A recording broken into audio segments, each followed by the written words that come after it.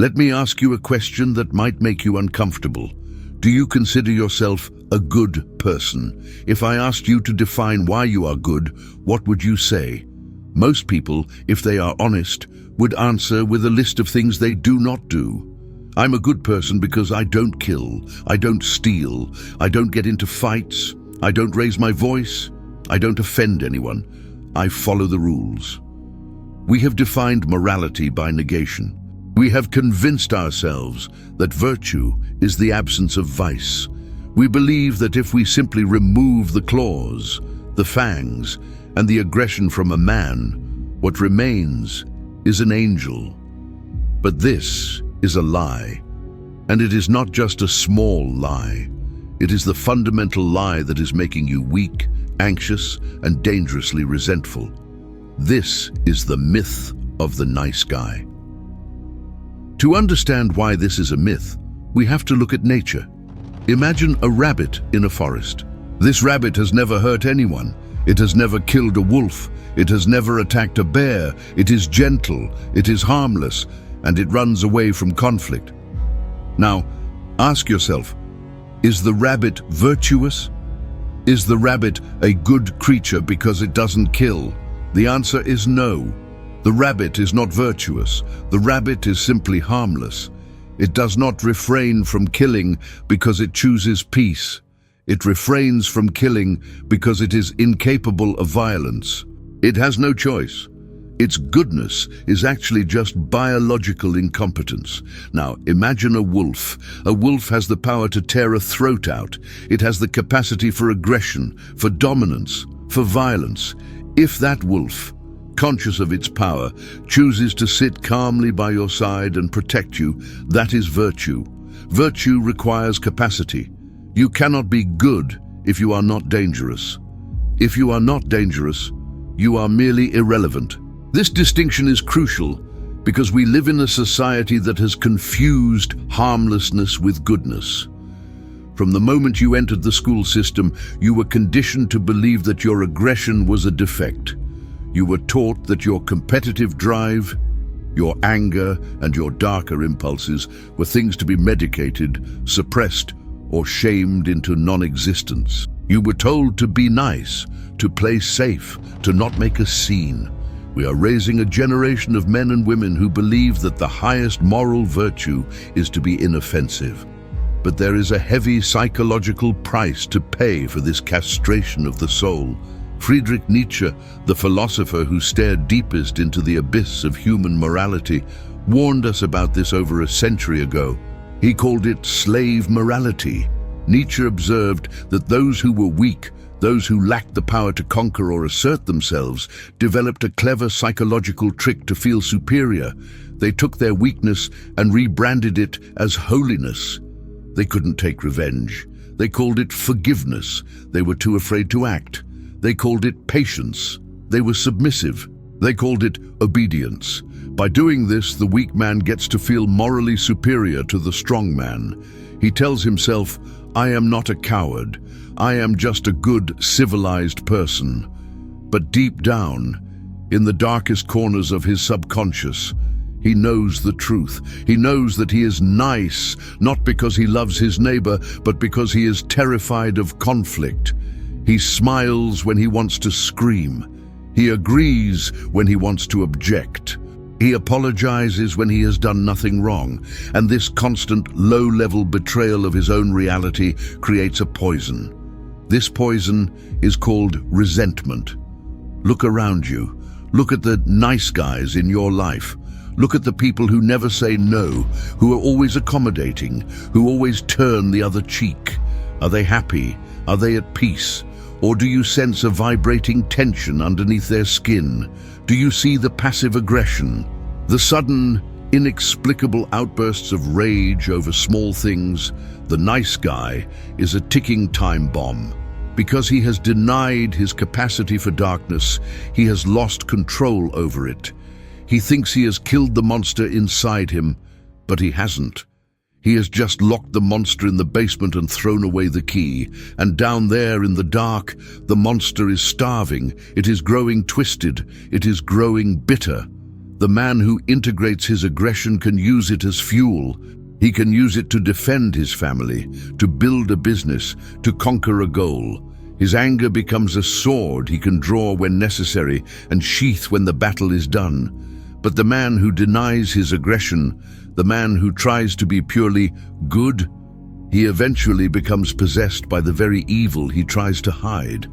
Dr. Jordan Peterson often says, "A harmless man is not a good man. A good man is a very dangerous man who has that under voluntary control." This brings us to the core of our journey today. We are here to dismantle the persona you have built. We are here to shatter the mirror that tells you you are a saint. We are going to open the door to that basement because the truth is you are not a rabbit. You are a wolf pretending to be a rabbit, and that act is killing you. You feel empty because half of your psyche, the half that contains your power, your drive, and yes, your potential for evil, has been amputated. Carl Jung called this rejected part of the self the shadow. The shadow is everything you are, but refuse to admit it is your lust, it is your selfishness, it is your desire for power, it is your capacity for cruelty. Society tells you to run from the shadow. Religions tell you to exorcise the shadow. But Jung had a different warning. He said, "One does not become enlightened by imagining figures of light, but by making the darkness conscious. If you refuse to meet your shadow, it will meet you.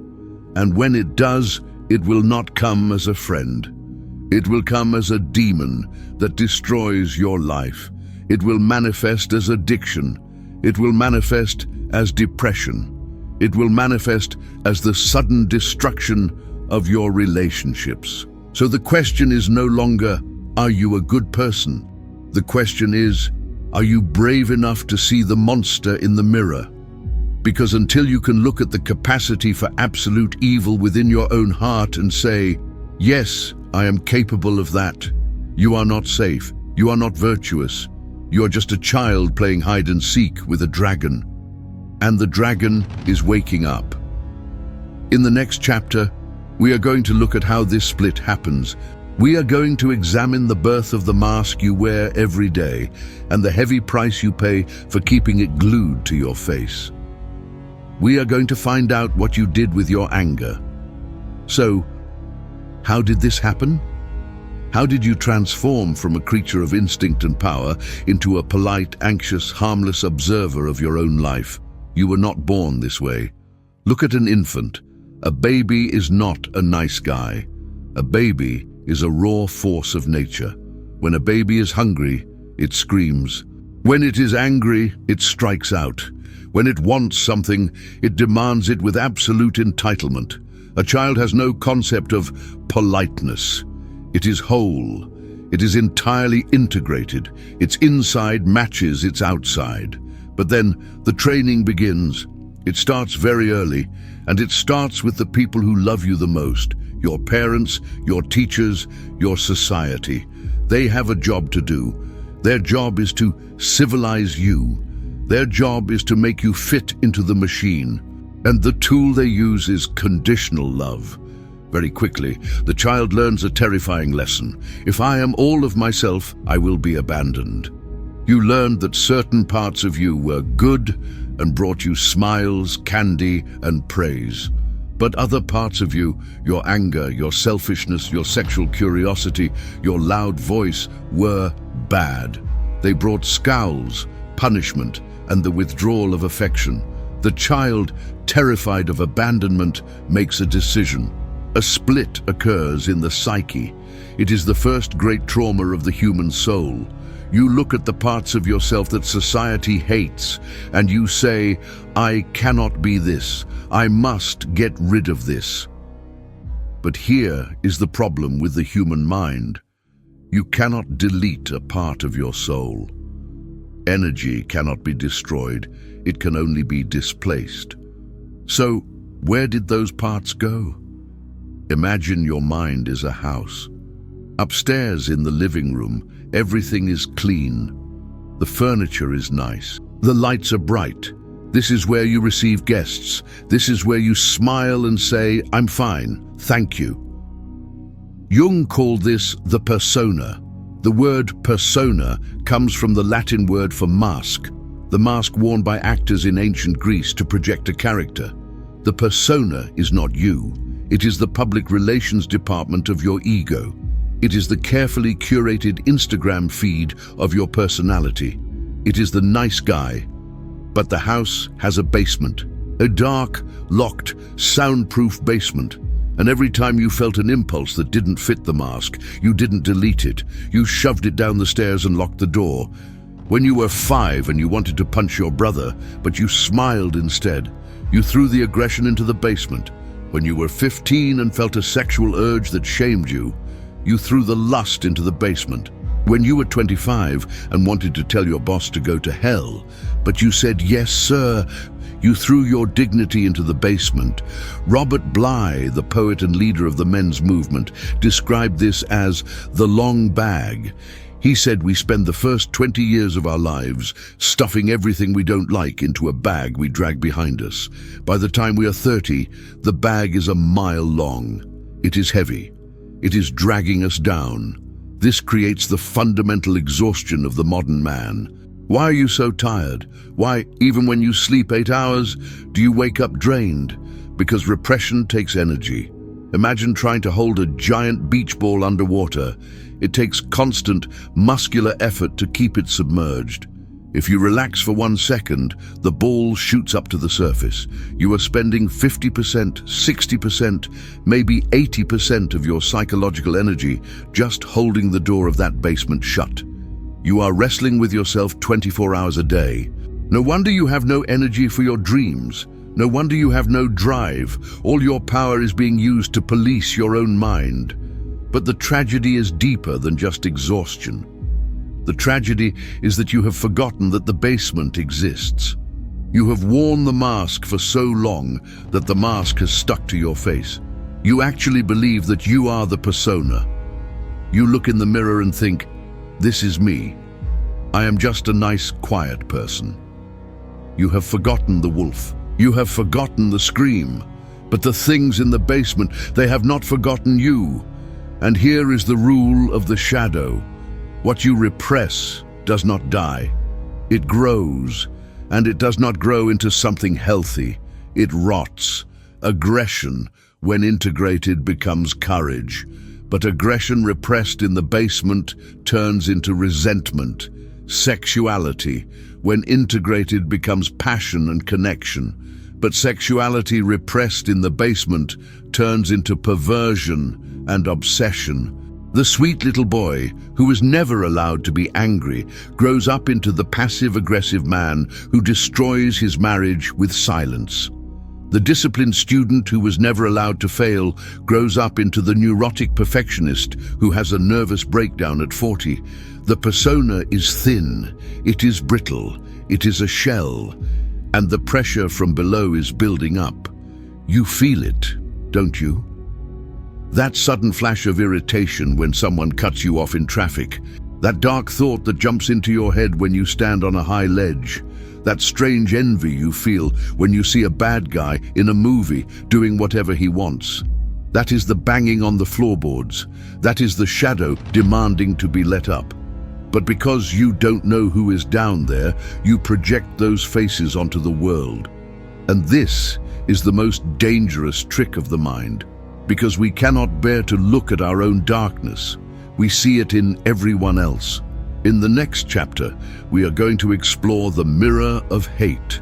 We are going to discover that the people you despise the most are actually showing you exactly who you are. Now that we know what lives in the basement, we have to ask, how does it get out? Because it does get out.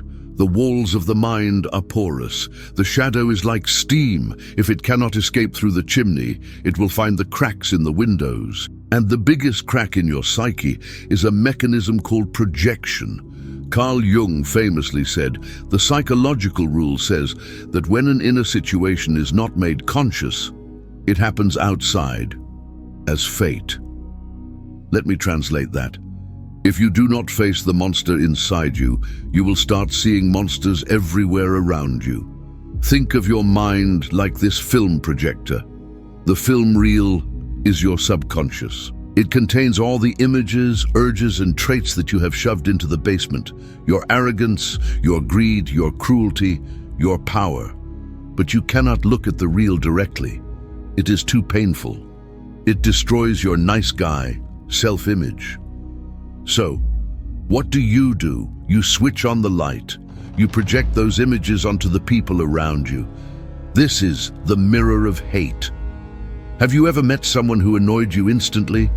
I don't mean someone who actually harmed you. I mean someone whose mere existence makes your skin crawl. You look at them and you feel a visceral, irrational disgust. Maybe it's a coworker who is loud and arrogant. Maybe it's a celebrity who is vain and selfish. Maybe it's a neighbor who is lazy. You obsess over them. You talk about them. You rant about how terrible they are. You feel morally superior to them. I have bad news for you. You are not looking at them. You are looking at yourself. You hate the arrogant man, not because he is arrogant, but because you have repressed your own desire for power. You locked your own assertiveness in the basement. So when you see someone else displaying it, it triggers a violent reaction. It reminds you of what you denied in yourself. You hate the lazy man because you are exhausted from forcing yourself to be productive 24/7. His laziness insults your sacrifice. You want to be lazy, but you aren't allowed to be. So you punish him for it. This is the golden rule of shadow work. If the reaction is disproportionate, it is a shadow. If someone makes you slightly annoyed, that's normal. But if someone makes you furious, obsessed, or judgmental, that is a mirror. Hermann Hesse, the great author, wrote, "If you hate a person, you hate something in him that is part of yourself. What isn't part of ourselves doesn't disturb us." Take a moment. Think of the person you despise the most right now. Describe them. Are they selfish, cruel, weak? Write those words down. Because that is the list of ingredients you need to integrate. That selfishness you hate, that is actually your repressed need for self-care. That arrogance you hate, that is actually your repressed confidence. Because you have rejected these traits, they appear to you in their ugliest form on the screen of other people. You are fighting a war against your own reflection. And as long as you fight the reflection, you stay trapped. You will fire that boss and find a new boss who is exactly the same. You will divorce that partner and marry a new partner who triggers the exact same feelings. Why? Because the film reel hasn't changed. You are just changing the screen. But projection doesn't just work with hate. It works with love, too. This is the golden shadow. Just as we repress our darkness, many of us repress our greatness. Do you have a hero, someone you worship, an artist, an athlete, a leader? Do you look at them and think, they are magical, they are a genius, I could never be like them? That is also a projection. You have projected your own potential for genius, for strength, and for creativity onto them. You put it in a safe place, and over there, on the pedestal, so you don't have to take the responsibility of owning it yourself. It is safer to be a fan than to be a player. As long as you project your gold onto others, you remain small. As long as you project your shadow onto others, you remain a victim. To become a whole human being, you must do something incredibly difficult. You must withdraw the projections. You must turn off the projector and look at the film. You have to look at that arrogant enemy and say, I am him. You have to look at that genius hero and say, I am him. This is the beginning of wisdom. But for the man who refuses to do this, for the man who keeps the door locked and blames the world for his problems, the pressure in the basement continues to rise, and eventually the lock breaks. The shadow does not ask for permission to enter. If you do not invite it to the table, it will flip the table over. We are about to examine what happens when the containment fails. We are about to look at the eruption when the nice guy finally snaps. He doesn't just get angry, He becomes a demon. Have you ever wondered why the quietest neighbor is the one who commits the most horrific crime? Let's find out. We have spoken about the basement. We have spoken about the lock. Now, we must speak about what happens when the lock breaks. There is a naive belief among civilized people that if you ignore the darkness long enough, it will simply starve to death. You think that if you act nice for 20, 30, 40 years, the wolf inside you will eventually become a dog. This is the most dangerous lie of all. The shadow is not biological waste, it is life energy. And energy, when compressed, does not disappear. It becomes a bomb. To understand this, we must look at the most famous psychological case study in literature. You know the name, but you probably missed the warning. The strange case of Dr. Jekyll and Mr. Hyde. Most people think this is just a monster story. It is not. It is a diagnosis. Dr. Jekyll was not a bad man. That is the tragedy. He was a perfect man. He was a wealthy, charitable, highly respected doctor. He was the ultimate nice guy. But Jekyll admits in the book that he had an impatient gaiety of disposition. He wanted to have fun, to be wild, to be selfish. But his Victorian society told him, no, you must be respectable. So he split himself. He created a chemical potion to separate his good side from his bad side, so he could indulge his dark desires without ruining his reputation. He released Edward Hyde. Hyde was smaller, younger, and pure evil. He had no conscience. He beat people in the street. He trampled children. He was pure, distilled shadow. But here is the terrifying part. Dr. Jekyll loved being Hyde. He felt younger. He felt lighter. He felt a rush of freedom he had never known. Why? Because for the first time in his life, he didn't have to be good. He didn't have to carry the heavy burden of the persona. But the story ends in horror. At first, Jekyll needs the potion to turn into Hyde. But eventually, he turns into Hyde without the potion. He goes to sleep as the respectable doctor and wakes up as the monster. The shadow had grown so strong, and the persona had become so weak that the hierarchy flipped. The master became the slave. This is not fiction. This happens every single day in our world. Jung had a word for this, enantiodromia. It comes from the Greek, running counter to. It means that everything, sooner or later, turns into its opposite. Imagine a pendulum. If you pull the pendulum of your personality too far to the side of goodness, purity, and harmlessness, you are building up potential energy. When you finally let go, or when your grip slips, it does not swing back to the center, it swings all the way to the other side, to hell. This is why the most strictly religious man who preaches absolute purity and denies his own sexuality is often the one found in the most perverse scandal. This is why the pacifist who never raises his voice is the one who eventually beats his wife in a blind rage. This is why the nice guy who does everything for everyone suddenly walks out on his family and disappears. The pendulum must swing. Nature demands balance. If you do not offer the shadow a seat at the table, it will burn the house down. We see this eruption most clearly in the phenomenon of the quiet neighbor. Watch the news. Whenever there is a mass shooting, a horrific family murder, or an inexplicable act of violence, what do the neighbors say? He was such a quiet man. He kept to himself. He was always so polite. I never saw him angry. I never saw him angry. That is the red flag. The man who shows his irritation is venting the steam. The man who never shows anger is a boiler with the safety valve welded shut. The pressure is rising, year after year, insult after insult, rejection after rejection, until the steel cracks. And when it does, the explosion takes out the whole neighborhood.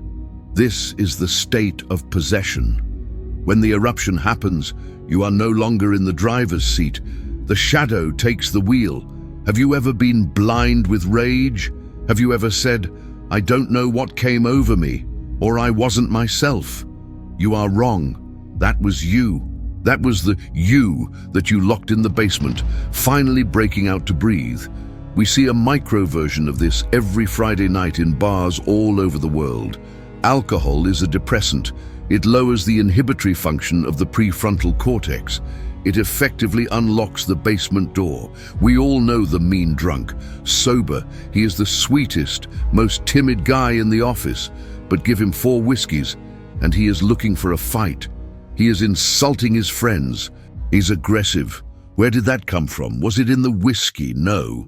The whiskey just turned off the nice guy filter. The monster was sitting there the whole time, waiting for the guard to fall asleep. If you are a mean drunk, it is a message from your soul. It is telling you that you are too nice when you are sober. Your shadow is desperate for air.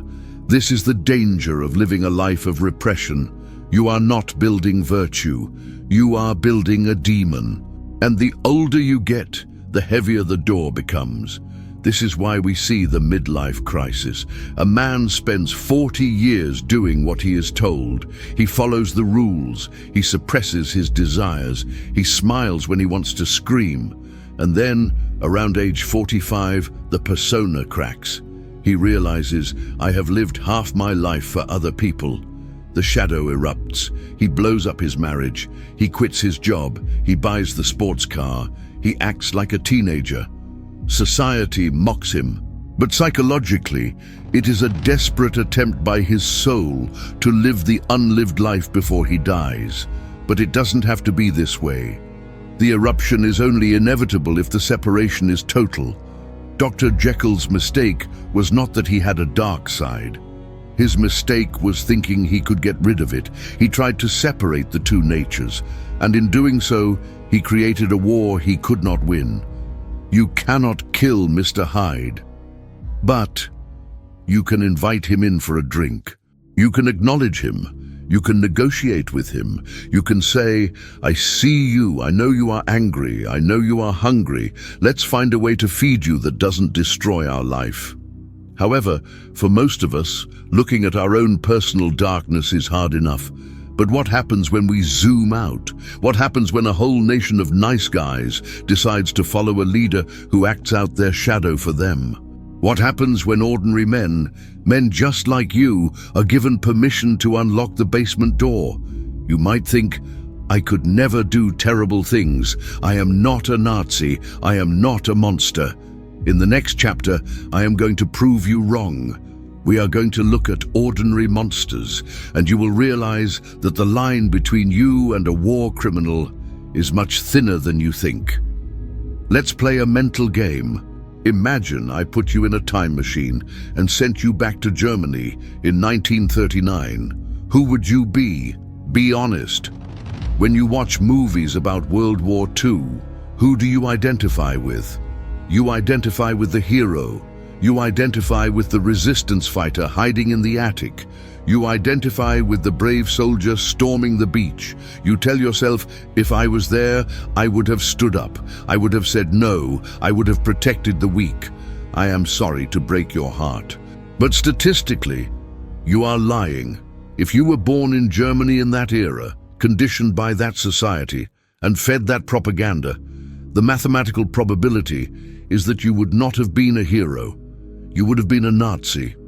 Or, at best, you would have been the coward who looked the other way while the trains rolled by. This is the hardest pill for the human ego to swallow. We like to believe that the people who committed the greatest atrocities in history were a different species. We call them monsters. We call them psychopaths. We do this to protect ourselves. By labeling them as monsters, we separate them from us. We say, they are evil, I am good. I could never do that. But history tells a different story, a much more terrifying story. In the 1990s, the historian Christopher Browning wrote a book that shattered our understanding of evil. It is called Ordinary Men. He studied Reserve Police Battalion 101. These were not the SS They were not brainwashed, fanatical teenagers from the Hitler Youth. These were middle-aged men, working-class dads from Hamburg, carpenters, truck drivers, shopkeepers. They were nice guys. They were polite. They loved their dogs. They sent money home to their wives. And yet, these men were responsible for the mass execution of tens of thousands of innocent Jewish civilians in Poland. They shot pregnant women. They shot children day after day. How? How does a carpenter become a butcher? The most chilling moment in the book happens right at the beginning. The commander of the battalion, Major Trapp, gathered the men before their first massacre. He was crying, he was visibly shaken, and he gave them a choice. He said, "If any of you do not feel up to this task, you can step out. You will not be punished. You will simply be assigned to other duties." Listen to that. They had a choice. They didn't have a gun to their head. They wouldn't be executed for saying no. Out of 500 men, how many do you think stepped out? How many refused to become murderers? 12. 12 men out of 500. Why did the other 488 stay? Was it because they were bloodthirsty psychos? No. Interviews decades later revealed the truth. They stayed because they didn't want to be difficult. They stayed because they didn't want to leave the dirty work to their friends. They stayed because they were afraid of social rejection. They were terrified of looking weak in front of the group. Think about that. They committed one of the worst crimes in human history, not because they were filled with hate, but because they were too agreeable to say no. Their desire to be a good team player, their desire to fit in, their nice guy programming overrode their morality. This is the dark side of your harmlessness. A harmless man is a conformist. He cannot stand against the crowd because he needs the crowd's validation to survive. If the crowd says kill, he kills, because to him, the only thing scarier than committing a murder is being an outcast. Alexander Solzhenitsyn, who survived the Soviet gulags, realized this truth while he was rotting in a prison camp. He spent years hating his captors, calling them evil, and then he had a revelation that changed philosophy forever. He wrote, "If only it were all so simple. If only there were evil people somewhere insidiously committing evil deeds, and it were necessary only to separate them from the rest of us and destroy them. But the line dividing good and evil cuts through the heart of every human being. The line cuts through your heart. You have the capacity for Auschwitz inside you. You have the capacity for the Gulag inside you. It is dormant right now because you live in a time of peace and plenty. You are civilized because the electricity is on and the police are working. But strip away the comfort, add fear, add the pressure of the crowd, and you would be shocked at what you are capable of." Dr. Jordan Peterson makes this point relentlessly, and it is why he is so controversial. He tells people, if you don't understand that you could be a camp guard, you don't know yourself, and you are dangerous. Why are you dangerous? Because if you think you are purely good, you have no guardrails. You believe your intentions are pure, and people with pure intentions justify the most horrific actions. The Nazis didn't think they were the bad guys. They thought they were the heroes. They projected their shadow onto the Jews. They thought they were cleansing the world. They were acting out of a sense of moral superiority. The only person who is safe is the person who knows they are a monster. The man who looks in the mirror and admits, "I am capable of cruelty. I am capable of betrayal. I am capable of evil." That man is alert. That man watches himself. He keeps his shadow on a leash. He doesn't say, "I would never." He says, "I hope I never have to, and I will watch myself every day to make sure I don't." This is the paradox of the shadow. To be truly good, you must first realize you are potentially evil. If you are a rabbit, you are not moral, you are just weak. But if you are a monster who refuses to bite, that is morality.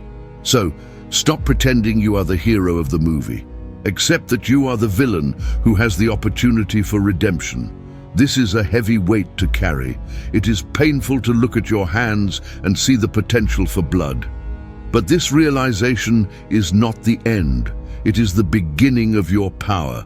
Because if you have the capacity for great evil, it means you also have the capacity for great strength.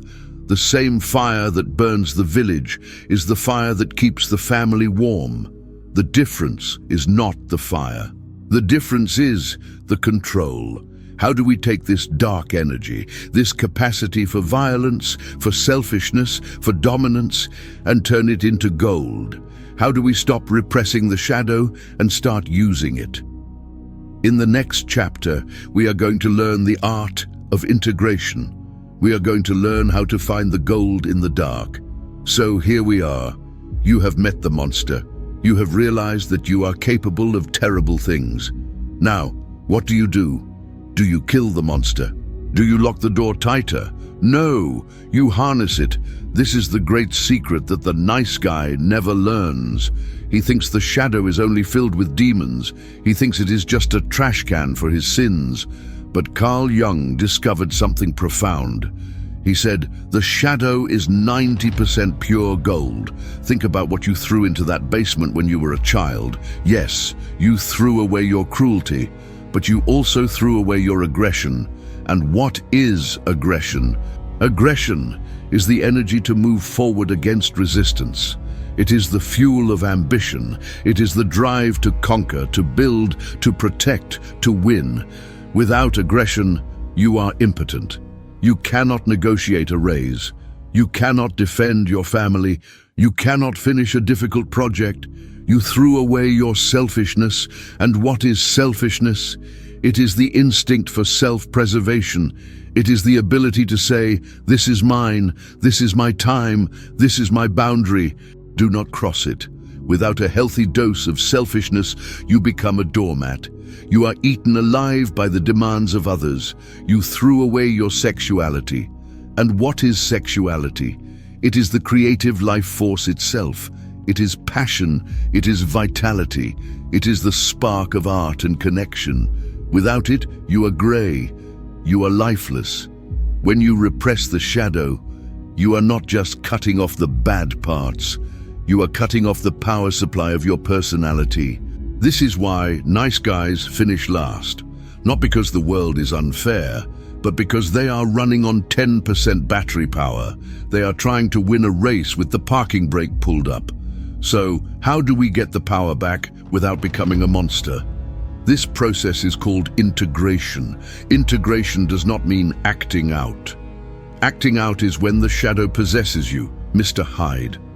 That is lack of control. Integration is when you possess the shadow. That is total control. Imagine a wild stallion. The nice guy is afraid of the horse, so he locks it in a stable and never rides it. He walks everywhere on foot, tired and slow.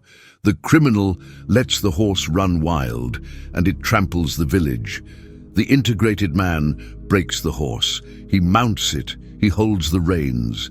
He has the power of the beast beneath him, but the mind of the human guiding it.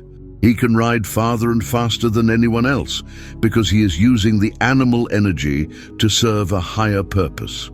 So, what does this look like in real life? It looks like the ability to be dangerous, but disciplined. Dr. Jordan Peterson uses the metaphor of the sword. You should be a man who has a sword. You should know how to use it. You should keep it sharp, and then you should keep it sheathed. The man who has no sword, the harmless man, is not moral. He is helpless. The man who waves the sword around the bully is immature. But the man who stands calmly with a sharp sword at his hip, people respect him. Not out of fear, but out of recognition of his competence. When you integrate your shadow, your no starts to mean something. Have you ever noticed that when some people say no, it sounds like a question? No? They are begging you to accept it. But when an integrated man says no, the air in the room changes. He doesn't need to shout. He speaks with the weight of his monster behind him. People feel the boundary immediately. That is the gold. How do you start mining this gold? You start by reclaiming your teeth. Stop apologizing for your existence. Stop agreeing when you disagree. Stop smiling when you're angry. This week, try a small experiment. When someone crosses a boundary, even a small one, do not suppress the irritation. Feel it. Let a little bit of the wolf come up, not to bite, but to show its eyes. Look the person in the eye. Hold the gaze for 1 second longer than is comfortable.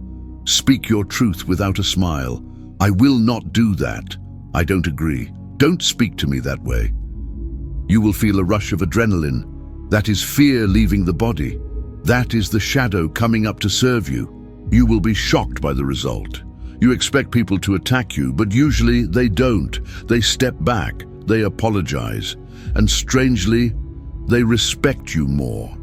Because humans are hierarchical animals, we are programmed to respect strength, provided it is not being used to abuse us. The integrated man is the best partner, the best father, and the best leader.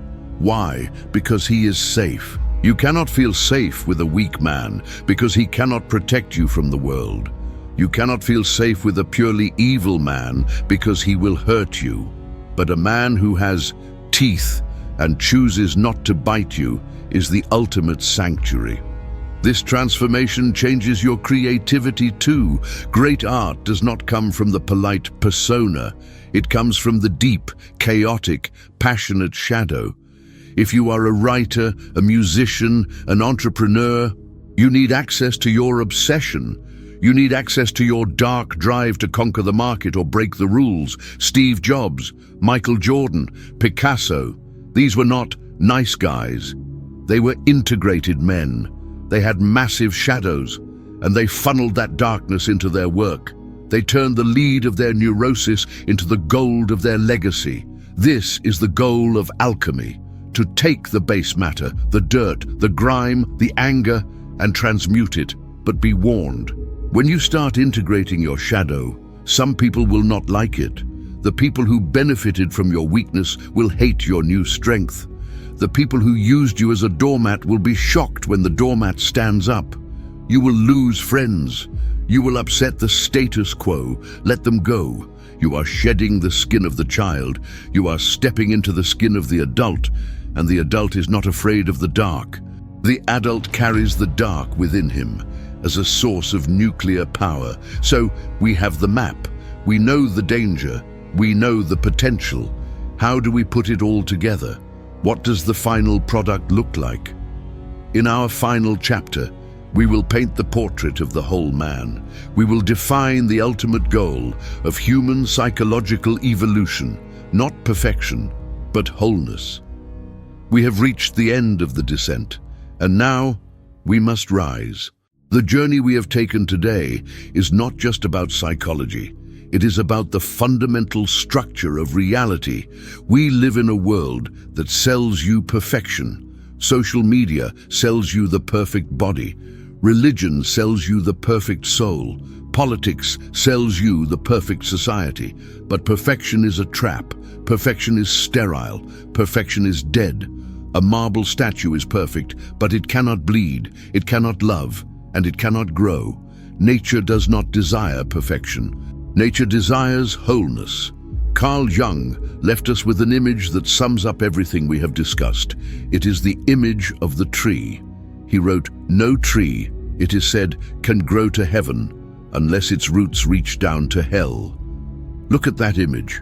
The nice guy wants the branches, he wants the sunlight, he wants the height, but he cuts off his own roots because he is afraid of the dirt. He is afraid of the dark, and because he has no roots when the first storm comes. He falls. He is blown over by life because he has no grip on the underworld. The whole man understands that the height of his character depends entirely on the depth of his shadow. You cannot have great love without the capacity for great hate. You cannot have great courage without the capacity for great fear. You cannot be a force for good unless you have the capacity for evil. If you take away the roots, the tree dies. If you take away the shadow, the human dies. It is no coincidence that the word holy comes from the same root as the word whole. To be holy is not to be a saint who never sins. To be holy is to be complete, to be entirely, radically, terrifyingly human. So, who is the whole man? He is the man who has ceased the civil war inside his own head. He no longer wastes 50% of his energy holding the basement door shut. That energy is now free. He is not exhausted, he is vital. He does not judge you, because when he looks at your sins, he sees his own reflection. He has mercy, not because he is naive, but because he knows how hard the battle is. He is dangerous, yes, but he is safe. He is a warrior in a garden, not a gardener in a war. The world is entering a time of chaos. We see it every day. The collective shadow of humanity is acting out. We see war, division, and madness. The world does not need more nice guys hiding in their safe spaces. The world needs men and women who have integrated their darkness. We need people who can stare into the abyss and not blink. So, my challenge to you is this: stop trying to be good. Start trying to be real. Go home, look in the mirror, forgive the monster, unchain the wolf, and then lead him. Your darkness is not your enemy. It is the fuel for your light. As Jung said in his final days, I would rather be whole than good, because the good man is a fragility's child, but the whole man is a king. The mask is off. The basement is open. You are free.